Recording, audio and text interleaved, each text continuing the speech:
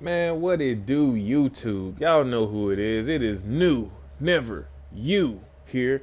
And we got that two-player starter set Final Fantasy 14 Shadow Bringers decks.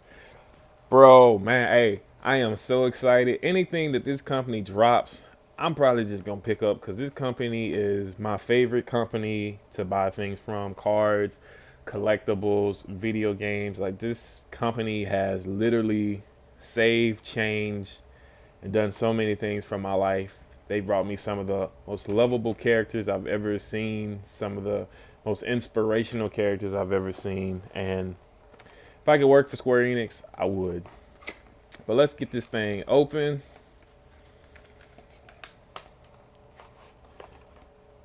Man, this see, I kind of want to keep this box. You know what? Screw it. I keep it. Oh, pop it open from the back. And two sets of rules, but these are both mine. Maybe my fiance will want to play one day, and I could show the ways of the Final Fantasy.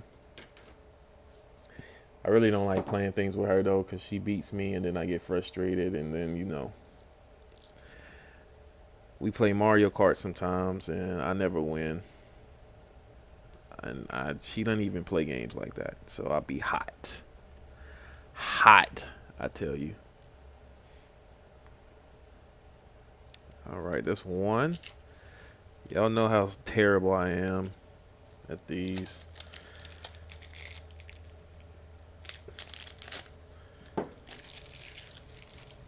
Okay, let's get the other one down. Where is it? There it is. Oh, one and done. That boy dangerous with it. Buck nasty. Oh no. Static electricity. They call me static shock in the streets. Oh, it's still on my hand.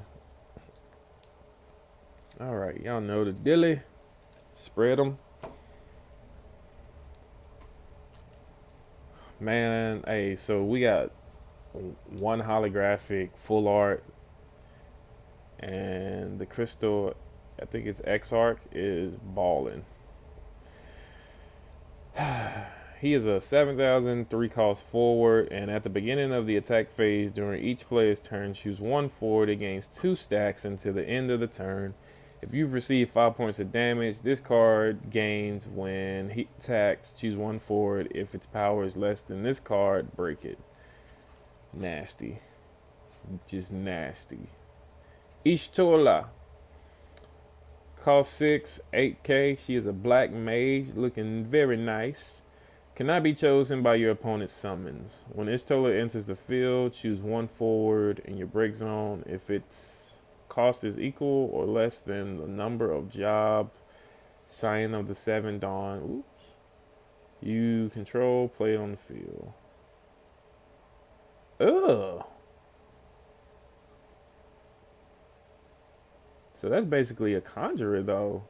Well, I mean, a necromancer, technically, but she is good. I don't even play Earth, but I might have to start. Raban, cost 4, Earth forward, 8k. When he enters the field, choose one forward your opponent controls. Deal it, 9,000? Deal it and this card 9,000. Ugh. So if you can, that breaks it though. This is playsets so far of each. Dark Knight. Let's playset of that. A minor 49er is a backup. This is a backup from Opus 5, so it's a good reprint for me because I didn't get any. Momodi. Choose one forward you control. It gains Brave until the end of the turn. And it doesn't cost anything to use that, so that's cool. Krill. Choose one forward you control during your turn. It cannot be returned except by summon. That's cool, I guess. Depending on what you use it for.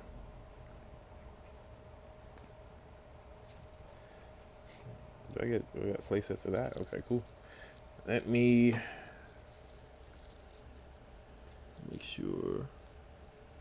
We only get 2 Minfilias. She's a legend. A full art.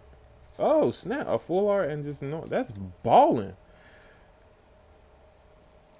She's a cost 6. When Minfilia enters the field, choose up to 2 characters in your break zone. Add them to your hand.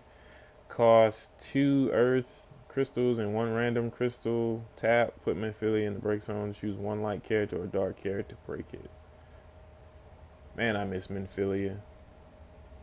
Urianger, or whatever, however you say his name. EX burst forward 5k. Astrologian. When he enters the field, reveal the top 2 cards of your deck. Add 1 character, 14 from the 2 cards you revealed. Add them to your hand. Return the other one to the bottom of the deck. So he is pot of duality, basically, for Yu-Gi-Oh! Thancred, this card is dumb. I saw this, man. Alright. Cost 4, lightning, forward, 8k. When another Scion of the 7 Dawn, other than himself, enters the field, he gains 2k, haste, and brave. And it's permanent. That's just, he has it. Discard himself and tap. Choose 1 forward. Deal it damage equal to his power.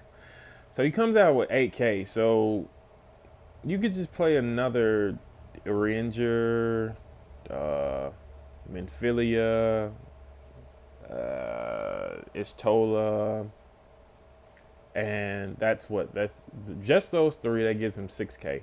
So he'll be at 14k. He has haste and brave. So that means he can hit the field first. You play Urianger at cost 2. That puts him at 10k, and he can attack that turn, and he doesn't dull himself afterwards. So that's 10k to face. What do they have that's gonna block that? It's turn 2, and then he can block the next turn. That's insane. Ugh, Thancred, man. I used to think he was gonna die, and then this is his original form. If you can control another Scion of the 7 Dawn other than him, this one gains 1,000. If Thancred receives damage while dull, the damage is reduced by 2,000 instead. Like, he just is very elusive, and you can tell by these 2 cards that he's been through some things. Thancred is the epitome of a real life human being that just refuses to give up. So this is going to be a little bit of spoiler, but in 14, before the Realm Reborn, he met Minfilia, and he promised Minfilia's father that he would always look after her. Minfilia's father died. Minfilia became like the leader of the Scions of the 7 Dawn. Minfilia ends up getting captured. Wait. Thancred gets possessed by,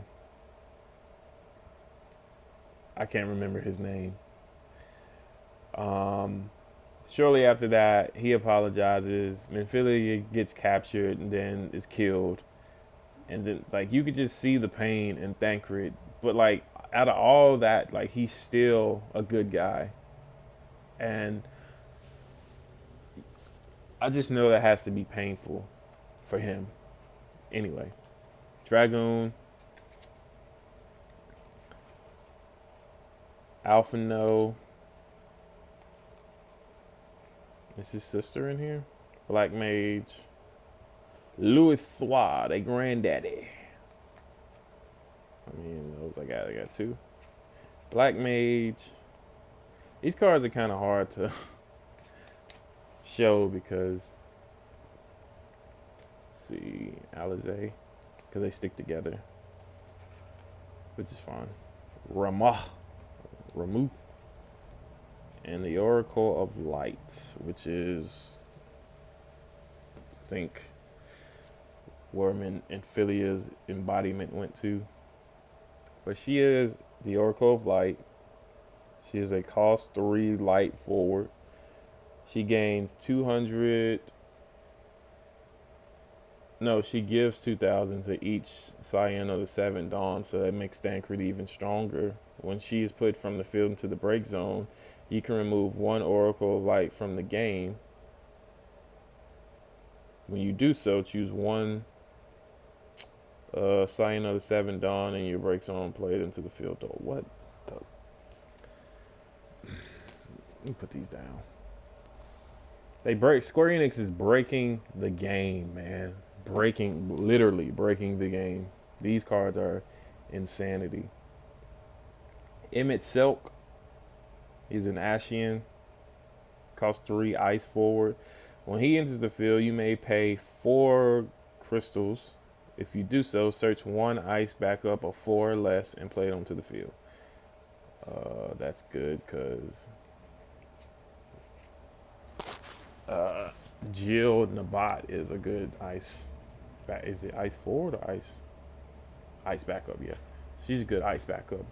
Titania costs 2, 8k forward, Pixie King. You can only cast Titania if you have a forward backup monster and summon in your break zone before you pay the cost to summon this. When she enters the field, choose up to 2 characters your opponent controls, dull and freeze them. Emmett Selk from Opus 12 Hero. Man, they're getting stuck. And I just put lotion on, so they shouldn't. Conjurer. Bard. Oh, that's that OG Bard from what gear is that from? Is that from Shadowbringer? I can't remember. Yeah, I guess it is. I guess this is Shadowbringer, and no, I think this is Stormbloods, and then this is this is Stormblood, and this is Heaven's Ward, I believe. A Flan or Flan. Philia. 10k, 8 costs, fire. If this card is dealt damage by an ability, the damage becomes 0. When this card enters the field, deal 10,000 to all the forwards, and then this card deals 1 point of damage to you. So let's say they got 5 forwards out. Summon this bad boy. Boom. All of them are broken, essentially. Ranjit. 8k forward, 8 costs, fire. This card cost is reduced for 1 for each backup you control. When this card enters the field, choose 1 for your opponent controls, deal it 8k. That's pretty good. His cost is high, but I mean, it's not the end of the world. Gaius is an EX 6 cost 5 fire. When he enters the field, you may search for 1 card, Nero, Livia, or I don't remember how to say that. And add it to your hand. When Gaius or category 14 forward enters your field, choose 1 for your opponent controls, deal it 3k damage. These cards are stupid. Nail. Cost 6, General, Fire. When Nail enters the field, reveal the top 3 cards of your deck, add up to 2 forwards among them to your hand, and put the rest in the break zone. Remove 1 backup from the game. Until the end of the turn, Nail gains 2k and haste. Remove 2 backups from the game. Choose 1 forward, deal it 8k. I'm assuming removing it is from the break zone. I hope it's not from the field. They put a lot of like rares, and I like how it's not like structure deck. Like okay, so in Yu-Gi-Oh, when they do a reprint, it says that it's from that structure deck. This one, they just pull cards from Opus 9, and it's still a rare. So technically, I don't have to go buy Opus 9 to get this card. Now you'll tell that it's not Opus 9 because of the date of the insignia, but I mean, to me, it's still Opus 9. Red Mage, Yotsuyu, Black Mage, back again with the Ifrit. And then Innocence. This card is broken. Calls for Light.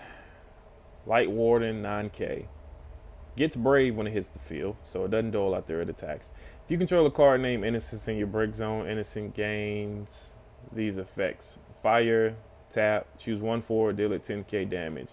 Ice tap, your opponent discards 2 cards from the hand. You can only use this ability during your turn and only once per turn. So I can either kill a card or make you discard 2. So Innocence is ridiculous. And with what's the opposite of Cosmos? Cosmos does the same thing, but there's a Materia. Materia and Cosmos lets it to where you can have multiple lights and darks on the field. So, and it's stuff like Innocence and Oracle of Light. Those cards are just great for this game. But anyway, thank you so much for watching this video. I'm about to do so much more with Final Fantasy, so stay tuned. Thank you so much for watching. This is KnewNeverYou, and if you did new, these structure decks do.